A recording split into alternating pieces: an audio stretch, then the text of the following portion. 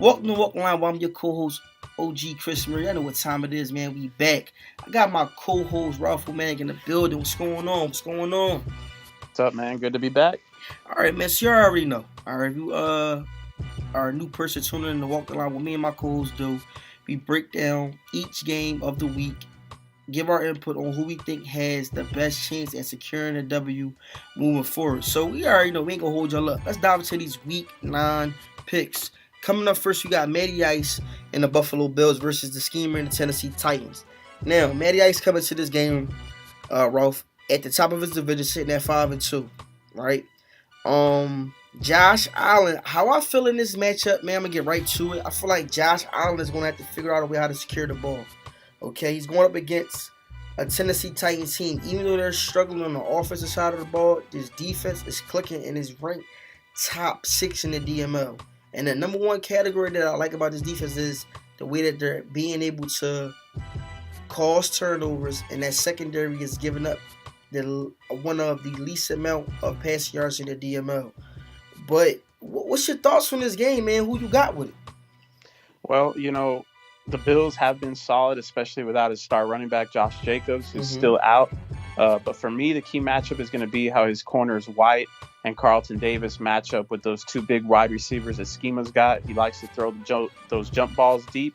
So that's going to be the key matchup for me. See, this is the thing about this game right here, right? I'm with you. You like Mr. Tony Romo himself on, your insight on how to break down the games. But it's funny that you mentioned the passing attack with the Schemer and them, and it seems like with Derrick Henry, out there, and each team focusing in on the Schemer's rushing attack, the passing attack has not shown at all this season. So my key matchup in this game is going to have to be Matty Ice and his rushing attack, okay, against this struggling front four of the Tennessee Titans.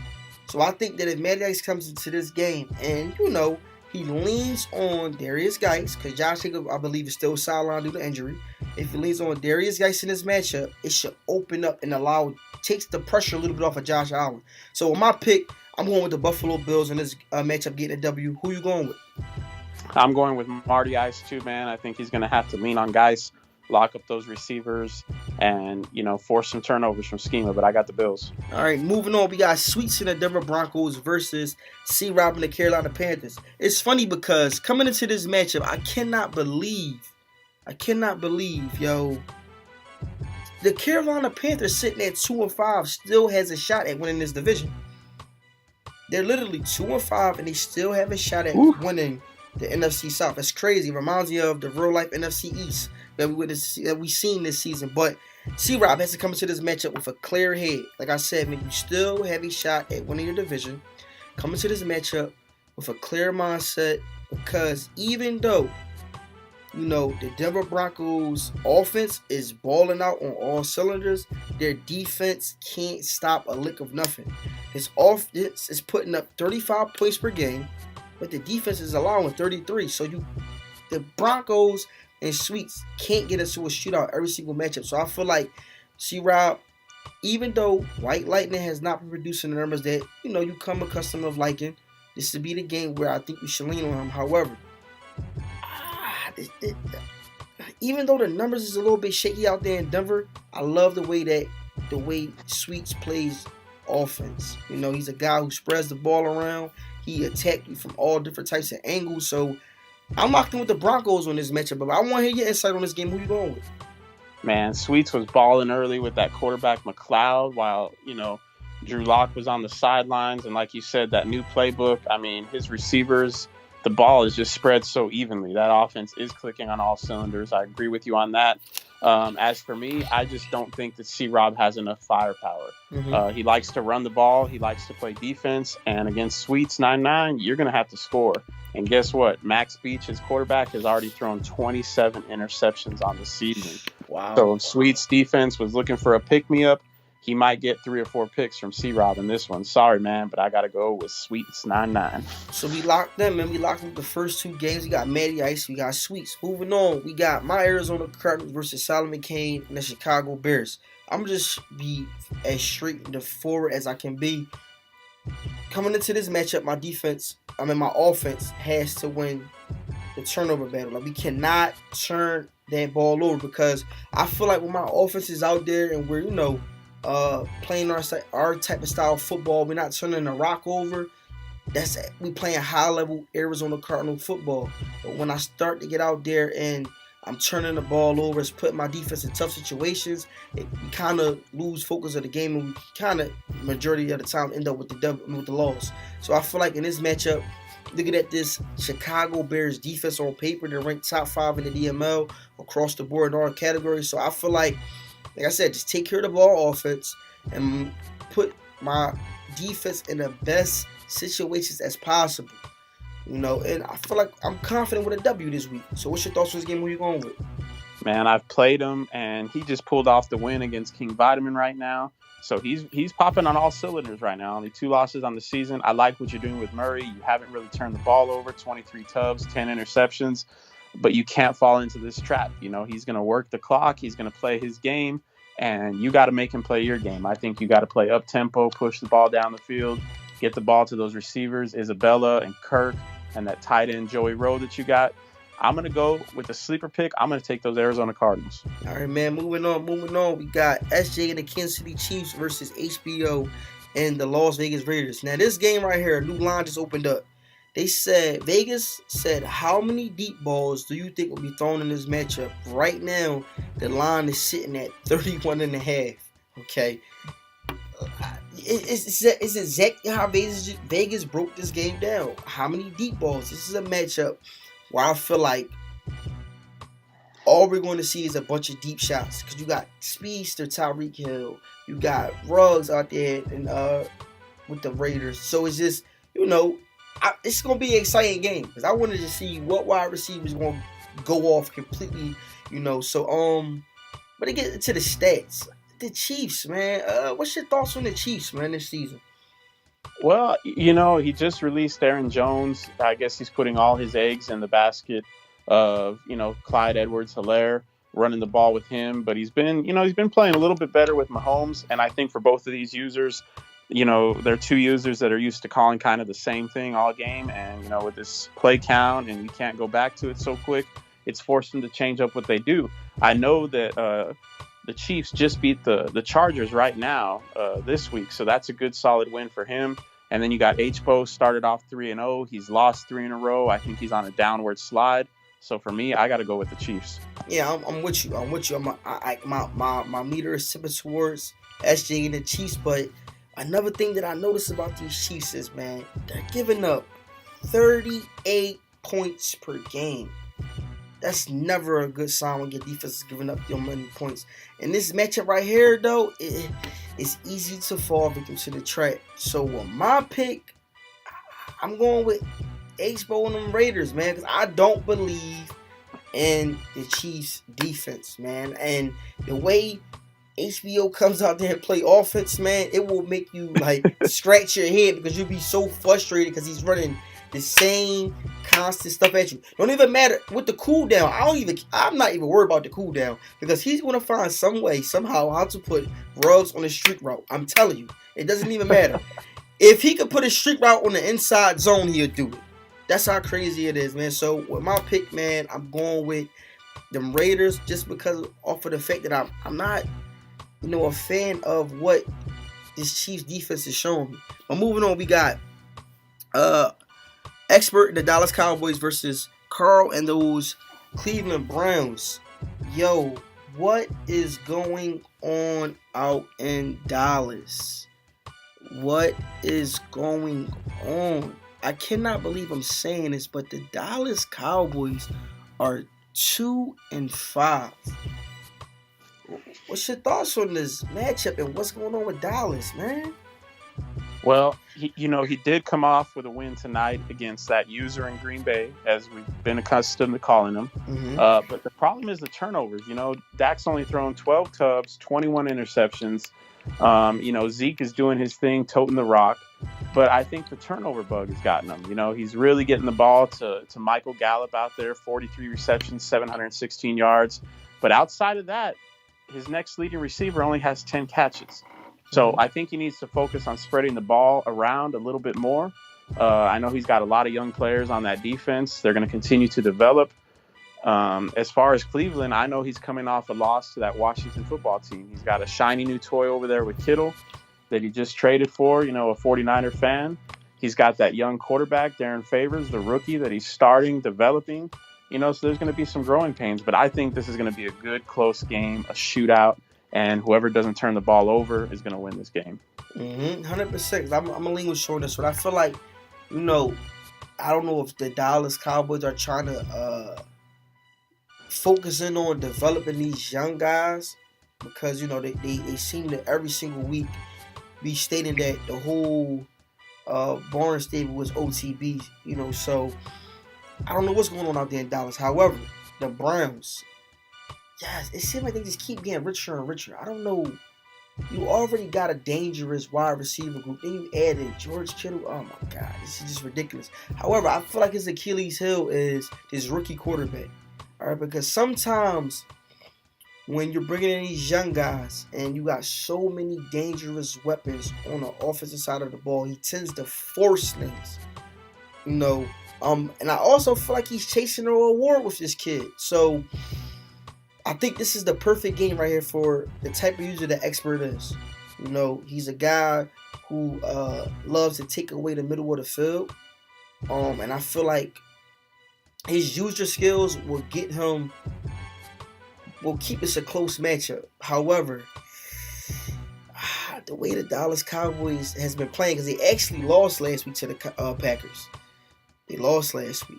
So watching that game and then seeing him come back against another top opponent in the DML, I think this is going to be a bad game for the Cowboys, man. So my pick, one with the upset pick, man. I'm going to take Expert in the Dallas Cowboys getting the W going into week 10. I don't know. Even though I feel like I'm not believing in what they're showing me, my gut is telling me that Expert's going to come out. Try to prove a point, man. Try to prove a point in this one. But moving on, we got under in the Jacksonville Jaguars versus your Indianapolis Colts. Now you come into this matchup, which is crazy still, because you sitting at 1-6. But if you're able to put together a couple W's, you still have a shot at winning this division. What's your mindset going into this game? Shoot, games against under are always tough. He's got that defense filled with superstars and X factors. I'm struggling, just breaks not going my way. I'm playing pretty solid, spreading the ball. Just little things here and there are not going my way. But like you said, I'm still in it somehow. A couple division games, I got the Jags, somebody else, and then the Jags again. I just got to not turn the ball over. I already know this is going to be a slugfest. We both love to run the ball and play defense. So, once again, whoever doesn't turn the ball over, whoever gets that one big play or two big plays is going to win this game. Yeah, I like the way that under his defense is, man. Give me them Seattle Seahawks Doomsday vibes, Legion of Doom vibes. That's what it gives me. But in this matchup, man, I think even though his defense plays you tough, the way that your offense is ran, how well balanced it is, with the rushing attack, passing attack, I feel like that you will put this Jacksonville Jaguar defense in tough situations, and I think that you're going to capitalize on those situations. So with my pick, man, I gotta go with the Colts at home, feeding off that home crowd energy, getting the W going into week 10. Moving on, we got Flair and the Los Angeles Rams versus Tight Work and the Miami Dolphins. Now, around this time, this is a must-win for the Miami Dolphins. Last season, this would have probably been a slot at, finishing high in the AFC as far as for the playoff spots. But this is a must-win for the Dolphins to keep their playoff hopes alive, which is crazy to say about these Miami Dolphins in Tight Work. They're sitting at 3-3, going up against Flair as a must-win game.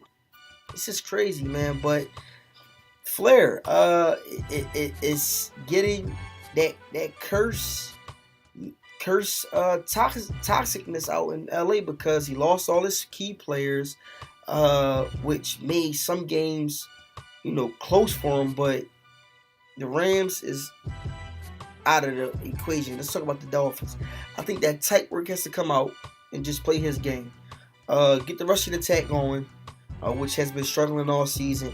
We allow his passing game to open up and just build off this win. Build some momentum off this win to get the ship going in the right direction. So I'm locked in. This is a no-brainer with tight work and the Dolphins getting a W. What's your thoughts on this game? Who you going with?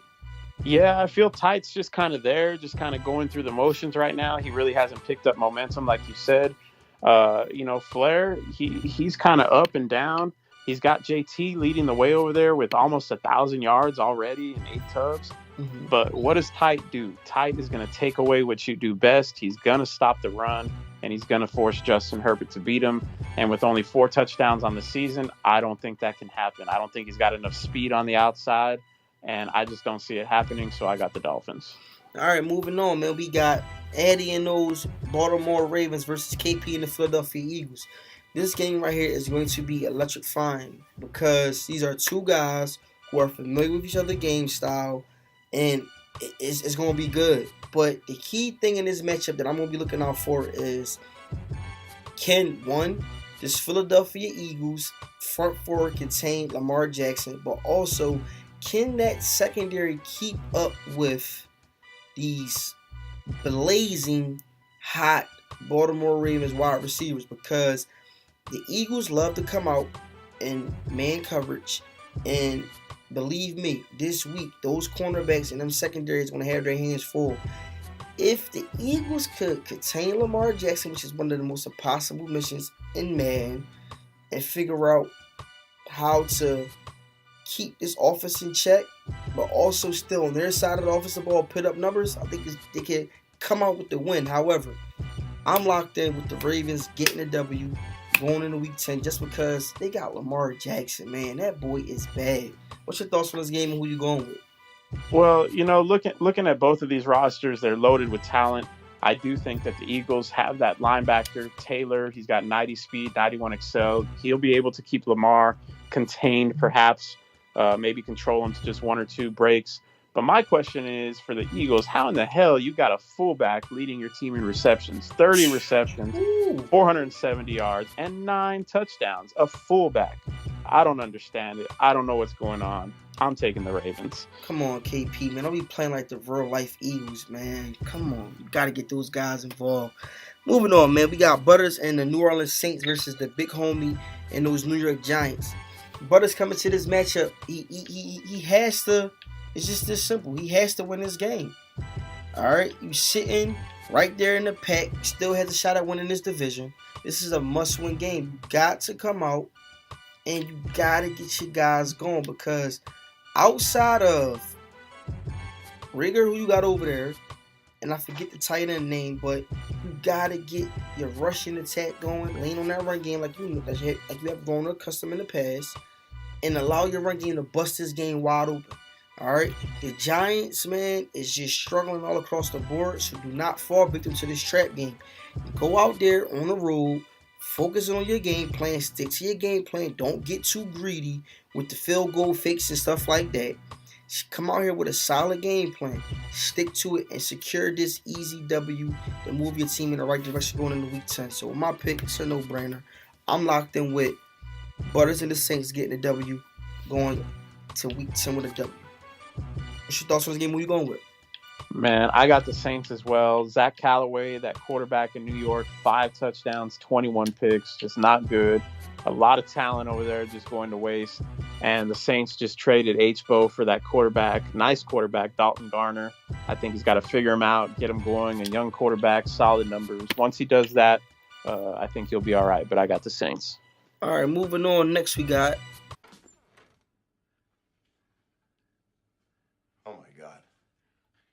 He's shit everywhere. My house is full of shit! He's shit everywhere! Yes, ladies and gentlemen, y'all already know we got the shit bowl game, but it's crazy because we got 2 shit bowl games. So this is like the diarrhea type shit this week. But coming, let's break down this first shit bowl game, man. We got Skill Trade and the Pittsburgh Steelers versus Taz and the Cincinnati Bengals. Now, This is why. Let's break down. Why are these guys struggling? Why, I already know why the Steelers are struggling because they just can't seem to, like I said in previous shows, that they cannot seem to get their own foot out of their mouth. Whether it's making a trade, whether it's them on the playing field, they just can't seem to keep their foot out of their mouth. But why do you think that the Cincinnati Bengals are struggling this season? Turnovers, man. I mean, you look at both of these teams' starting quarterbacks, a total of 50 interceptions between Carson Wentz and Joe Burrow. Mm-hmm. When you're turning it over like that, you're always playing catch up. You're always forcing the ball. The Steelers made this trade for Carson Wentz. He's got 5 touchdowns, 20 picks. You got Saquon over there, who's still a monster, still a beast, not even 28 years old, and you don't even have 300 yards rushing with him. That's sad. That's pathetic. I got the Bengals in this one. Yeah, of course, man. I'm just going. The reason I'm just looking at the stat wise, they can't convert on third down. If you can't, you have to be able to convert on third down. How you went for it 73 times, and out of that 73, you only converted 20 of them. That's bad. That's bad. So, like you said, Saquon Barkley. I mean, this guy can easily get you a good the 5.5 to 6 yards per carry. Also, he's a dual threat running back. He got the receiving, and he can run the ball. So it's just mind-boggling. But it's a no-brainer for me, man. If Taz could come out, because Taz knows how to play this guy. Taz knows the formula to beating the Pittsburgh Steelers, because it's easy to beat a team when they're already beating themselves.